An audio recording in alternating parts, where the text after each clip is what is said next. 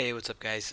Since I've heard that there's a fair share of students that are going to be gone this Friday um, for 2.4, I figured that I might just make a video just this once. Maybe I'll do this a couple times throughout, but definitely not often. But figured that this might be a good lesson to record a video since um, it's a very important lesson. 2.4. It sets the definition for derivatives, which are very important to calculus, and just about every problem after this section involves using derivatives. So it's very important that we understand where they're coming from.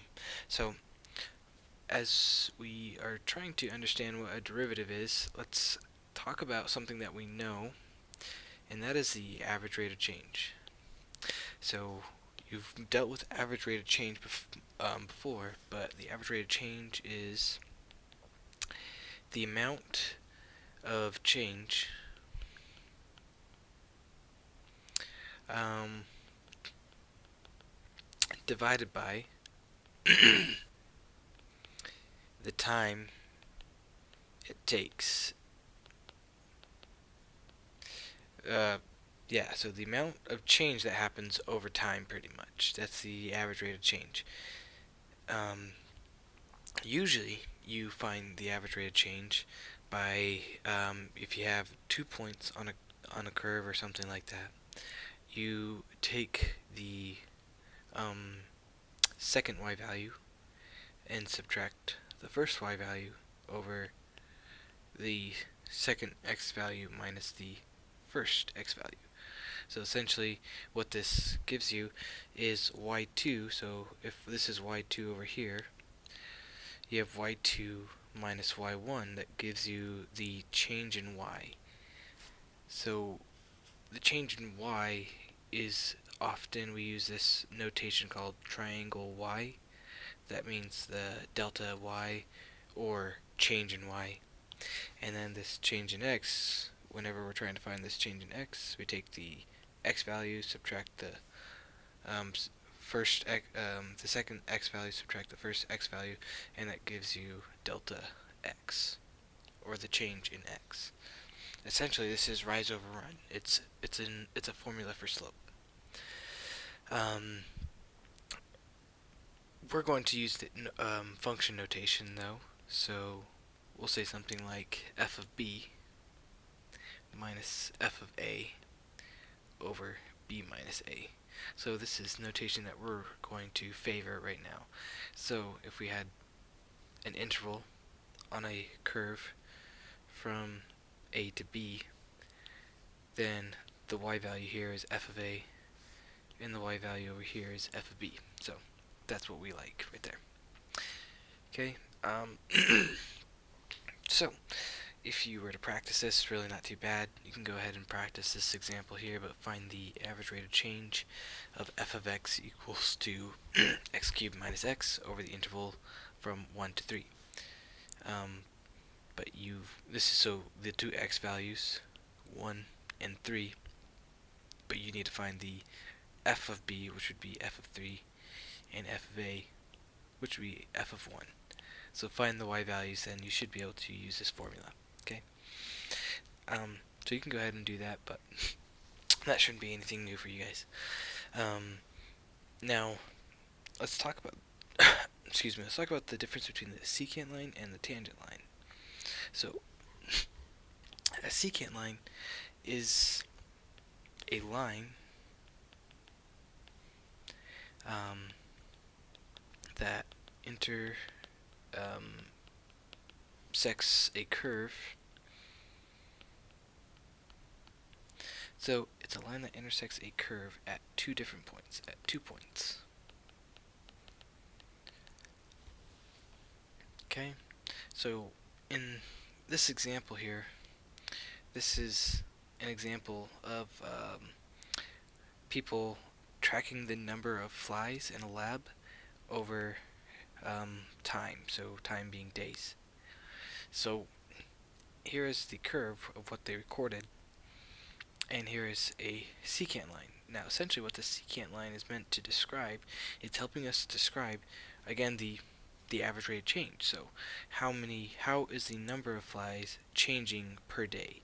So between 23 days and 45 days, what's the average rate of change? Well, if you figure this out, do the math, calculate the average rate of change, you're getting about 9 flies per day between day 23 and day 45. That's your average rate of change.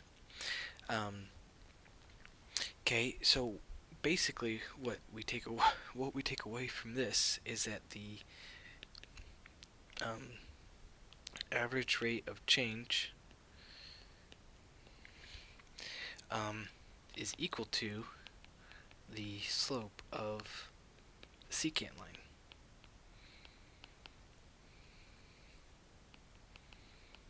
Okay, so you can calculate that, and by doing that, it's roughly about 9 flies per day. I think it's a little bit less if you actually do the math. I think you get something more like 8.64 flies per day. So now, what if I'm more interested in actually knowing the average, not the average rate of change, but what if I want to know the actual rate of change on day 23 rather than between 2 different days? So in that case, we're looking to find the slope of a line kind of like this right here. So this is called a tangent line. Okay, if I were to try to, this is me right here trying to draw a line that intersects once at day 23 that matches the slope of the curve at that point. This curve, its slope is changing. So the slope here is different from the slope at day 15, different from day 23. The slope is not constant like it is on a line. So this line is just me trying to estimate what the steepness or the rate of change is right there. So tangent line is a line that intersects the curve at one point. So essentially what we're trying to do in this section is we want to find a way to find out what this line is. Essentially what we do with the average rate of change secant line is we find the slope of that line right there. But how can I find the slope of that line? That's the question that we have. And we're actually going to be able to do that, and then we can find what this line actually is defined as. Okay? So you can think of it as, instead of average rate of change, tangent line's more like instantaneous rate of change.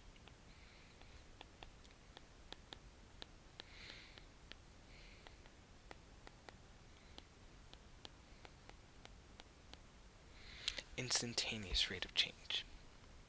Okay?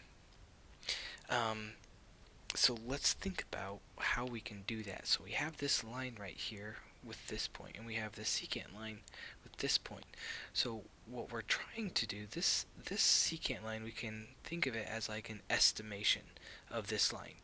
Now, right now, it's not a very good estimation, right? The slope of this line is definitely not the slope of this line. But to make our estimation better, well, what if we analyze the average rate of change between day 23 and, say, day 30? Well, that's an average rate of change that fits much closer to our tangent line. Well, what if I pick day 23 and day 24?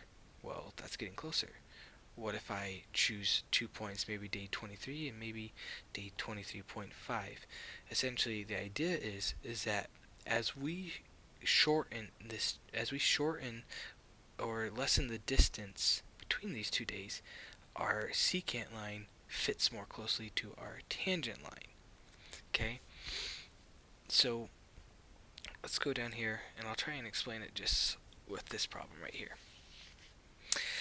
So find the slope of a parabola y equals x squared. So I have right here a parabola, y equals x squared, and we want to find the slope of the parabola at the point 2, 4. So let's say we have 2 right here.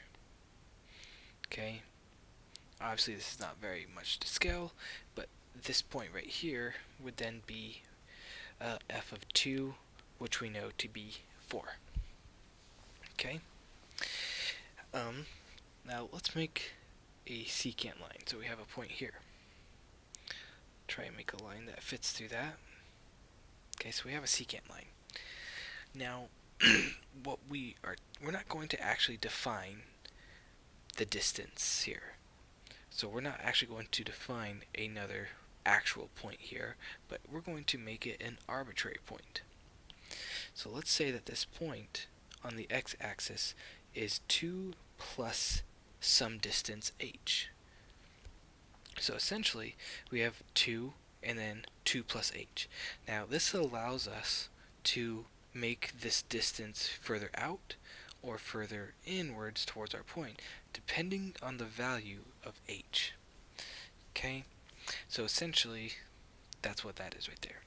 And then that means that this point, this output right here, is f of 2 plus h. Okay, now again, we're not defining h because we want this distance to be arbitrary, or we want to be able to control that distance. Essentially, we want it to go to 0. Now, here's the problem with that. If we were to just try and find the secant line, so if we use our definition of a secant line, we would say f of 2 plus h minus f of 2. That is the distance from here to this point. That's the change in the y. And we would divide it by 2 plus h minus 2, which would be my change in x, the delta x. Now, this actually simplifies just a little bit to be f of 2 plus h minus f of 2 over, well, this right here just turns into h. That's my distance right here. My distance between here is just h. Okay? And then we get our change in y over our change in x. Okay, now here's the problem though, or a temporary problem anyways. I can't really use this right here, because if I'm trying to make this distance 0, well, I can't divide by 0 right here. That would make h0 divided by 0 is undefined. So we can't have an undefined slope. So this is the idea here. We want this value to approach 0 without actually being 0. And thus we get our idea. That's where we take this idea of the limit. So tangent, which is the slope of our tangent line, we'll say m, is equal to the limit as h approaches 0 of our secant line.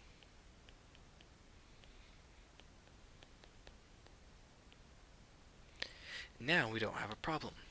We let this value go to 0 without actually being 0, and this right here is very cool. We have just defined instantaneous rate of change. So we can now use this right here to find the slope at a point on this curve. And it's cool because the slope, the curve is ever changing. The slope at this point is not the same at this point. So it's really cool that we can use this idea to define slope at every single point on this curve. Okay, so let's find the slope. Let's use this idea.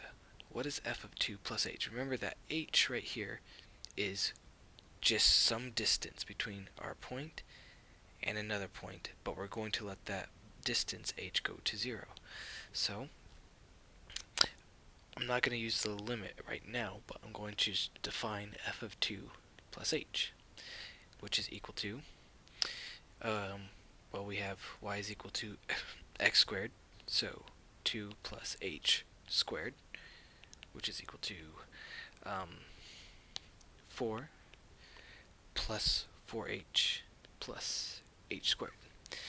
And then f of 2, which would be 2 squared, which is equal to 4.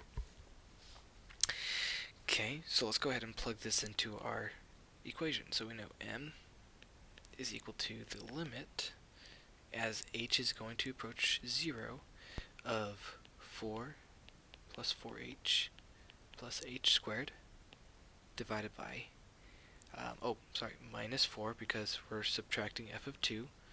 So it's this minus that, and then divided by h.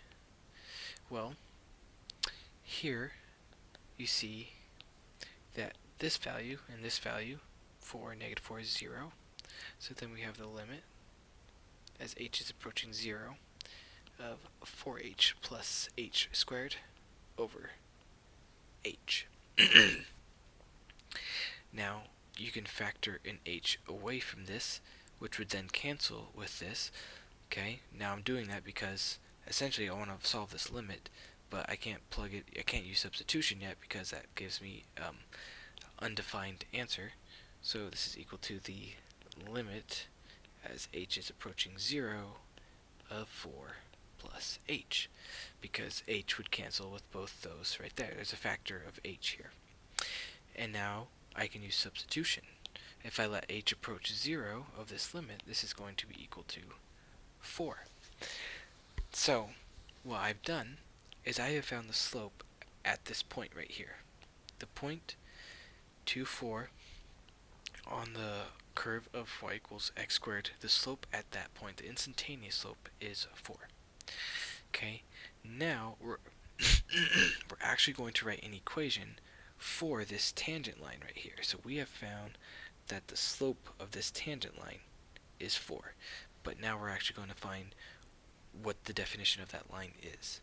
So for the equation, we need two things. We need slope, which we know is equal to 4, and we need a point. The point that we already know is this point, 2, 4. Okay, and then we can use the equation y minus y1 equal to m times yx minus x1. Substitute our values, and we can find the equation.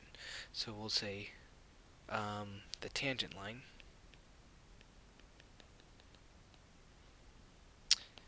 is y minus 4, y1, equal to m, which is 4, x minus x1, 2, and just put it into slope-intercept form. So y is equal to, I'll add this 4 over here, I'll distribute that right there, so 4x minus 8, and then plus 4, so y is equal to 4x minus 4.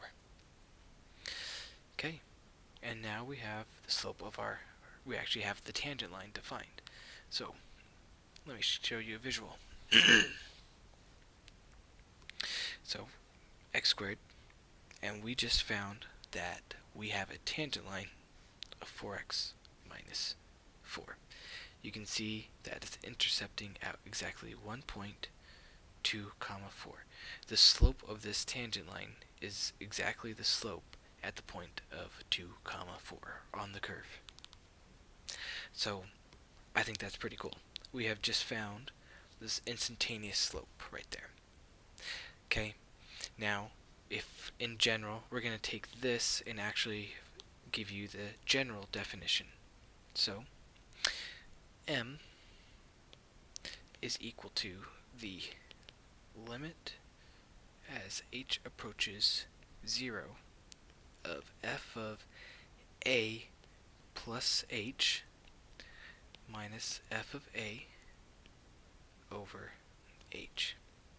Okay, and this value a is the point at which you're trying to find the instantaneous slope of, and h is arbitrary. H is that distance. We're trying to bring the distance between 2 and this point ever closer to 0. So that's what h is there. A is the point that we're interested in. Okay? And there you go. You have a definition for a limit. Okay? So you can go ahead and try this problem here. So you're going to find the slope.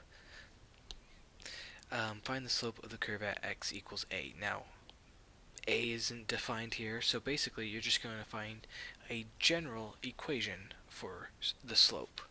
Okay, and then here you can plug in -1/4 for a, and so on and so forth. Now, if you need me to walk you through this problem, just look at my notes that I have posted, my key to my notes, and I have this worked out. So if you get lost, you can just refer to that and see what I did. Okay. Now a normal to a curve. I'll show you what a normal to a curve is with our previous example. But a normal to a curve, I'll define it here. It is a line that is perpendicular.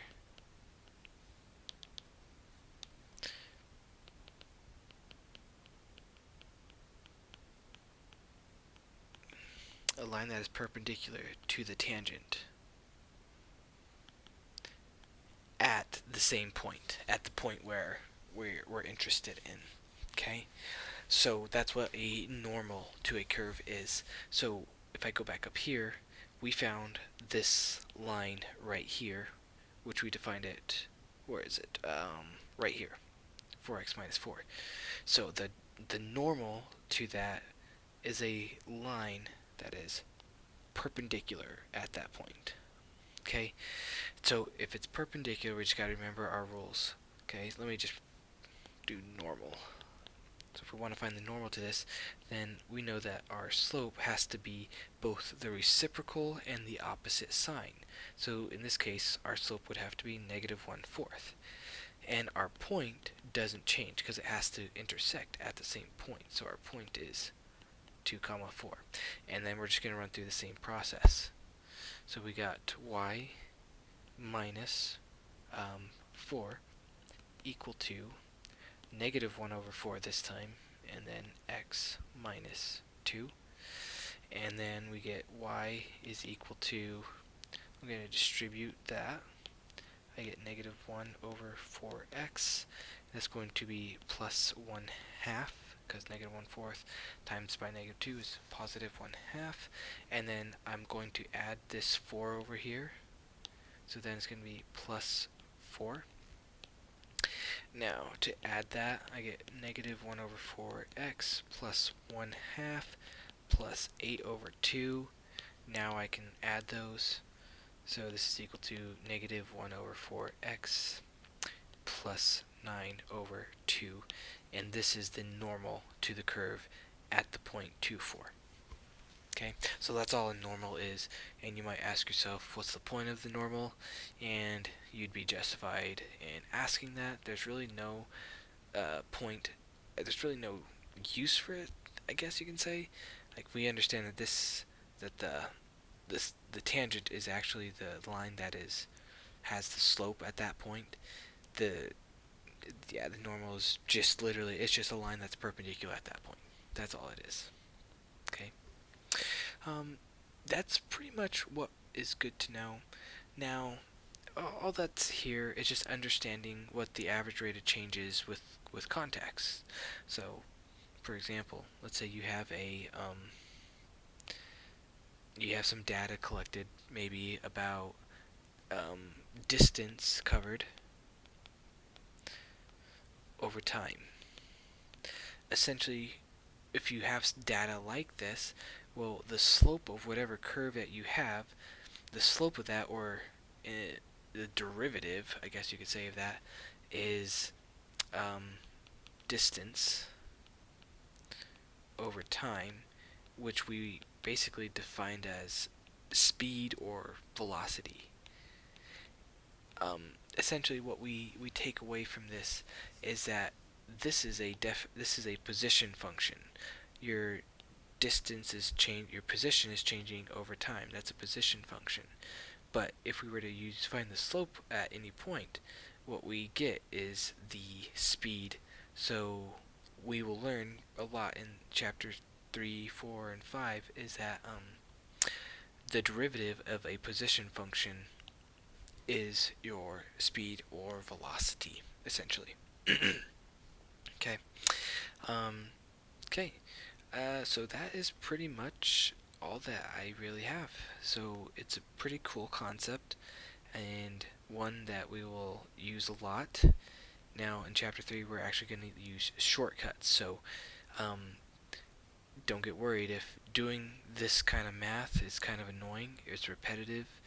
We're not going to keep doing it. We're using this to set the idea of a derivative. In chapter 3 we're going to learn all the mini shortcuts that there are. Okay? Alright, so hopefully you guys find this useful, and let me know if you have any questions.